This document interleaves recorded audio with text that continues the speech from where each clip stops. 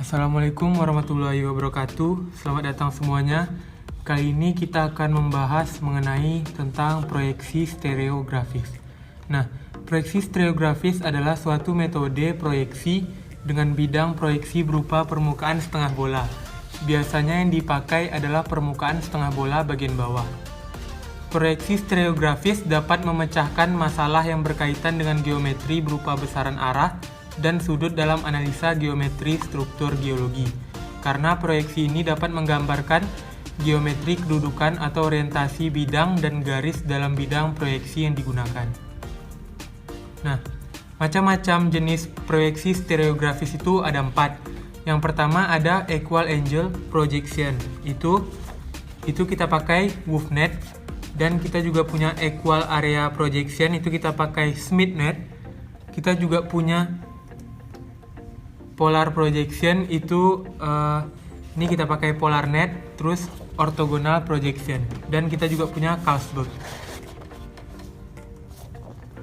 Nah, untuk equal angle projection, proyeksi ini pada dasarnya memproyeksikan setiap titik pada permukaan bola ke bidang proyeksi pada suatu titik zenit yang terletak pada sumbu vertikal melalui pusat bagian puncak.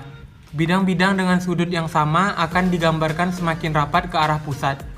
Hasil penggambaran pada bidang proyeksi disebut sebagai stereogram. Hasil dari equal angle projection ini kita menggunakannya dari WoofNet. Nah, selanjutnya equal area projection. Nah, untuk equal area projection ini kita pakai StereoNet-nya itu StereoNet Smith. Proyeksi ini lebih umum digunakan dalam analisis data statistik karena kerapatan hasil plotting yang menunjukkan keadaan yang sebenarnya. Proyeksi equal area merupakan proyeksi yang akan menghasilkan jarak titik pada bidang proyeksi yang sama dan sebanding dengan sebenarnya. Nah, untuk SmithNet ini, itu cara plottingnya hampir sama dengan Woof. Perbedaannya, ketika untuk mencari titik pool aja, untuk titik pool, SmithNet ini kita pakai dip-nya itu plus 90. Nah, selanjutnya kita punya PolarNet, atau biasa kita sebut juga polar projection. Pada proyeksi ini, baik unsur garis maupun bidang tergambar sebagai suatu titik. Stereogram dari proyeksi kutub ini adalah PolarNet dan BillingsNet. Nah, selanjutnya itu kita yang terakhir juga punya orthogonal projection. Nah, untuk proyeksi ini merupakan kebalikan dari equal angle projection karena pada proyeksi ortogonal, titik-titik pada permukaan bola akan diproyeksikan tegak lurus pada bidang proyeksi dan lingkaran hasil proyeksi akan semakin renggang ke arah pusat. Udah, mungkin kita langsung saja masuk ke cara penggunaan WoofNet, SmithNet, dan PolarNet.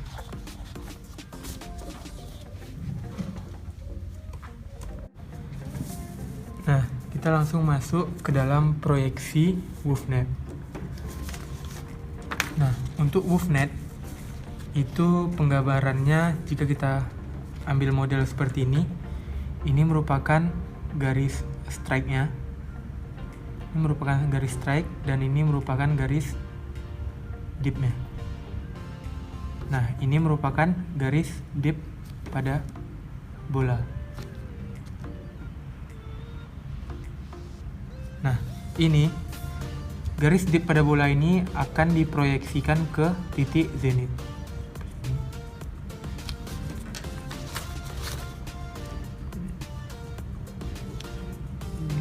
Diproyeksikan ke titik zenit. Nah, garis temu dari titik zenit dan bidang horizontal itu merupakan bidang yang kita tampilkan di WoofNet seperti ini. Nah, ini tampilan di WoofNet-nya. Nah, ini jika dip-nya 0, itu berarti bidang di garis WoofNet seperti ini. Kurang lebih seperti ini.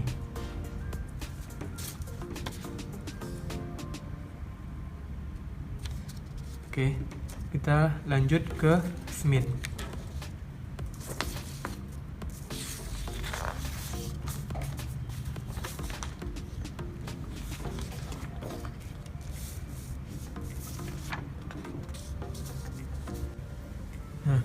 Nah, untuk Smith itu jika di sini is-nya, maka dia dalam bidang datarnya seperti ini.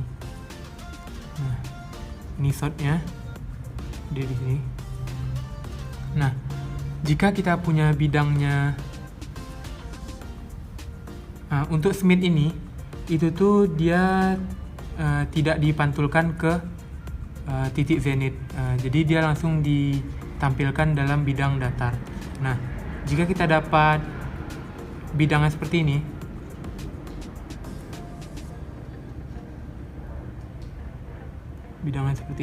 ini strike dan ini dipnya, bidang di bolanya seperti ini, maka dia akan langsung ditampilkan ke bidang datar.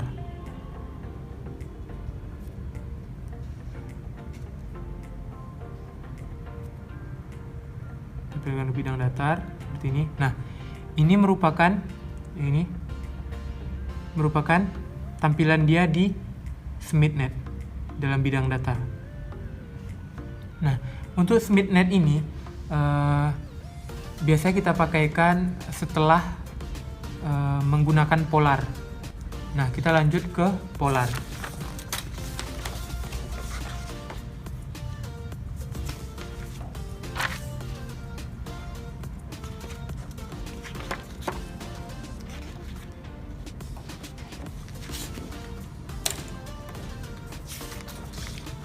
Nah, untuk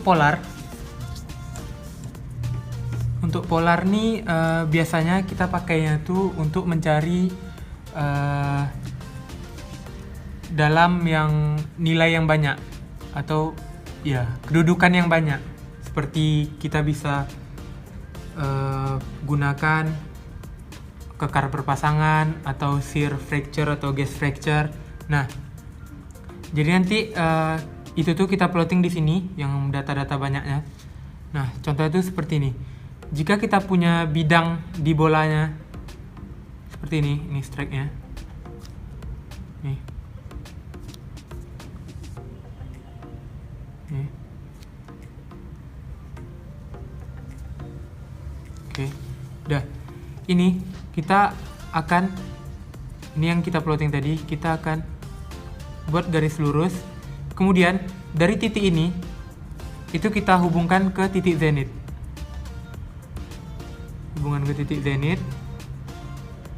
Nah, dari titik ini pertemuan dari garis penghubung tadi dengan bidang horizontal, nah itu merupakan bidang yang kita plotting di polar nih. Nah, jadi nanti kan kita dapat arah umumnya di sini. Nah, itu baru kita pindahin ke SmithNet seperti itu.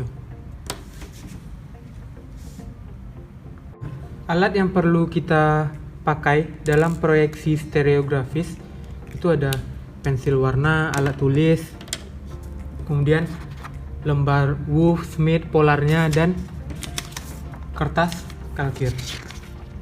Nah, itu cara penggunaannya. Yang pertama, itu kita masukkan paku ke titik tengahnya. Ini titik tengah ini, kita masukin paku. Kita masukin dan kita masukin kalkirnya di sini. Masukin kalkirnya. Nah, setelah itu kita buat bulat.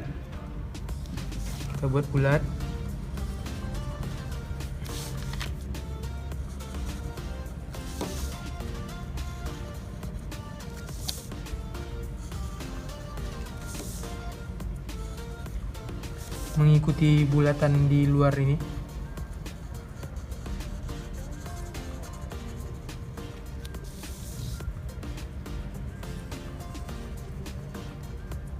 Nah, setelah itu kita buat notasinya. Ini N, ini S.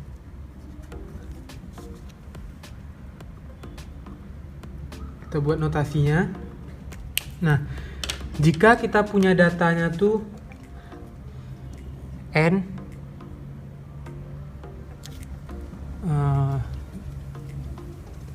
N 50 derajat is garis miring 40 derajat.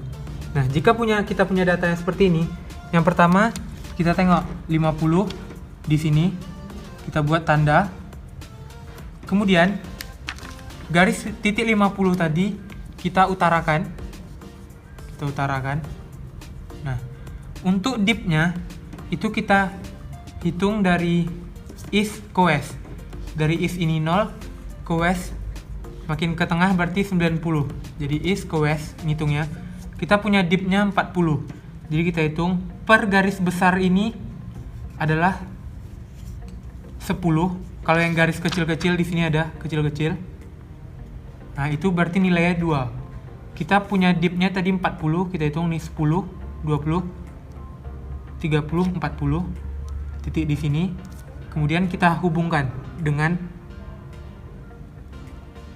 titik 50 tadi.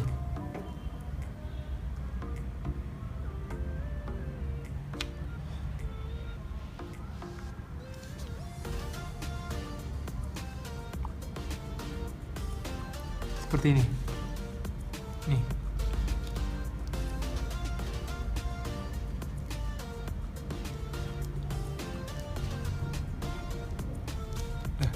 Seperti ini. Nah, ini untuk plotting di WolfNet.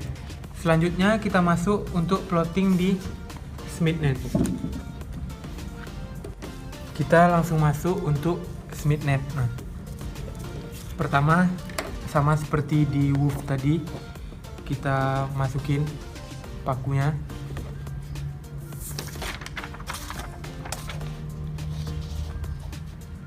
Kita taruh seperti ini. Kita buat bulat.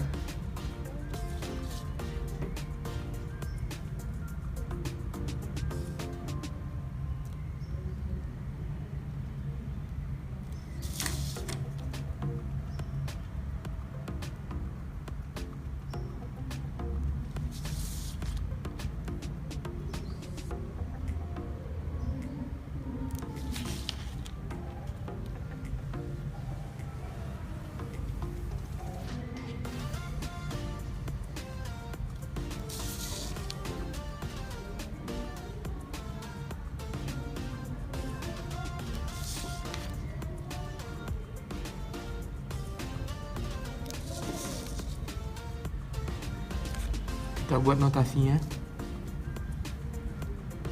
Nah, untuk di SmithNet ini itu sebenarnya tidak jauh berbeda dengan plotting Wolf untuk plotting bidangnya. Nah, kalau untuk plotting bidang itu dia sama saja dengan Wolf. Tetapi kalau untuk kita mencari titik poolnya, itu dipnya itu kita plus 90. Nah, untuk di Smith ini itu biasanya yang kita plotting di sini itu arah umumnya, biasa arah umumnya. Kalau untuk satu bidang aja yang kita jumpa di permukaan itu kita pakai Wolf, tapi kalau untuk arah umum kita plotting biasanya di Smith. Jadi nanti setelah dari polar terus kita masuk ke Smith langsung. Sudah dapat di polar arah umumnya tuh kita langsung masuk ke Smith. Nah, seandainya kita punya arah umum kekar berpasangannya itu N 100 derajat is garis miring 50 derajat. Nah, pasangannya kita punya N.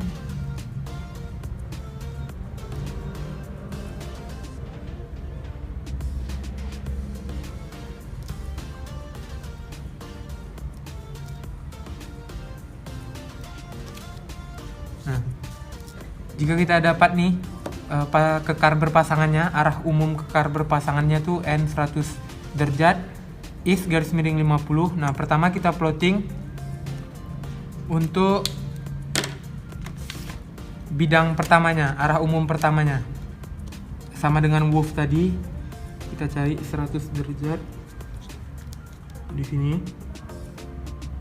Kemudian kita utarakan.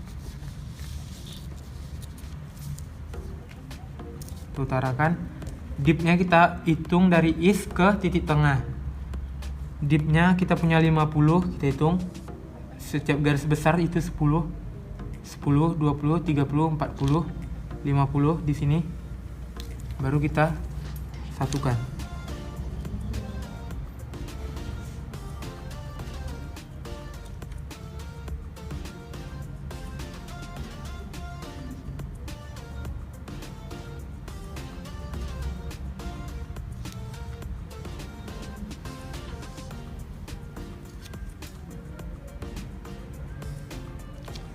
Ini N.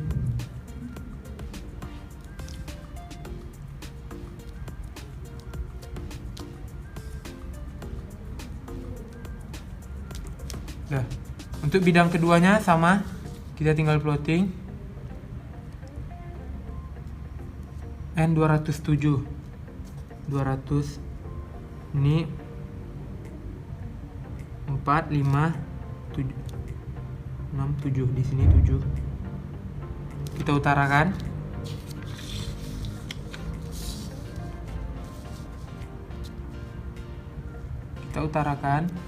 Kemudian kita hitung dipnya 45 derajat. 45 di sini. Baru kita gabungkan.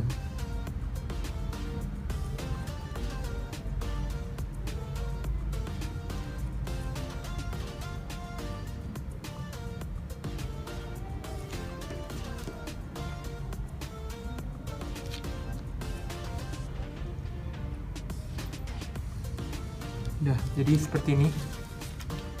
Udah, kita utara selatankan lagi.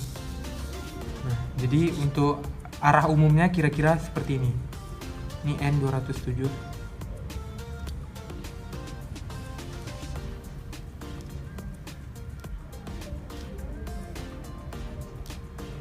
Nah, ini untuk mencari jika dia itu arah umumnya. Nah, kalau kita untuk cari titik pull, itu sebenarnya sama aja, perbedaannya itu untuk dipnya.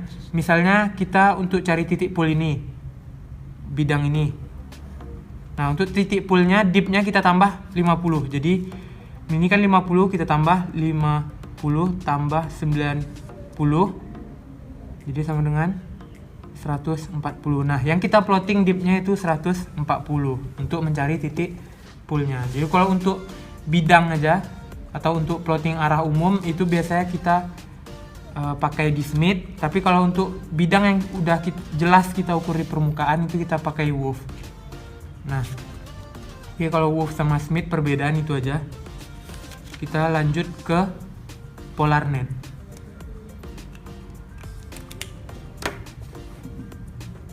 Nah, kita masuk ke Polar. Untuk Polar pertama kita masukin pakunya ke tengah, kemudian kita masukin dan kita buat bulat.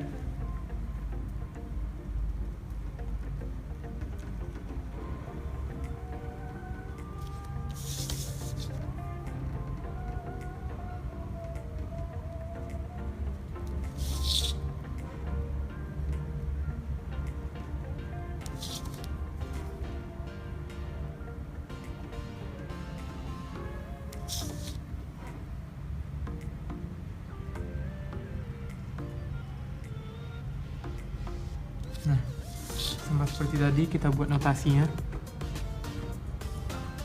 N, S. Nah, untuk di polar ini itu biasanya yang kita plotting tuh dalam jumlah data yang banyak. Jadi di sini ini kita plotting bukan garis, jadi dia titik-titik banyak itu. Nah, untuk polar ini beda tadi. Kalau di Wolf dan Smith itu nolnya di sini 0, 10, 20. Nah, untuk di polar itu nolnya ada di West 10, 20, 30. Nah, untuk penghitungan dipnya itu nolnya dimulai dari tengah. 0 ke sini berarti makin ke atas dia semakin 90. Jadi nolnya di titik tengah. Nah, kita anggap kita punya contoh kekar berpasangan. Itu contoh satunya N 150 derajat is miring 60 derajat. Nah, pasangannya kita punya N 320 derajat is garis miring 70 derajat. Nah, itu kita plotting ke polarnya seperti ini. Kita punya N 150, di sini nolnya, 150 di sini. 150 di sini. Kemudian kita masukin dipnya. Dipnya 60. Kita hitung dari sini. Kotak besar, kalau garis besar itu hitungannya 10, garis kecil hitungannya 2. Ini 10, 20, 30, 40, 50, 60 di sini. Nah, kita buat titik di sini. Nah, kita punya lagi 320. Kita tengok 320 di sini. 320. Kemudian dipnya 70 derajat. Di sini. 10, 20, 30, 40, 50, 60, 70 di sini. Nah, seperti ini. Nah, ini kita punya dua data. Biasanya itu sampai 30 pasang, 40 pasang ya. Jadi kalau di polar nih kita punya data yang banyak-banyak. Nah, nanti setelah kita plotting di polar, nanti kita bisa tahu arah umumnya, arah umum dari data yang kita masukin tadi. Nah, mungkin hanya itu yang bisa saya sampaikan. Lebih dan kurang mohon maaf. Saya akhiri. Assalamualaikum warahmatullahi wabarakatuh.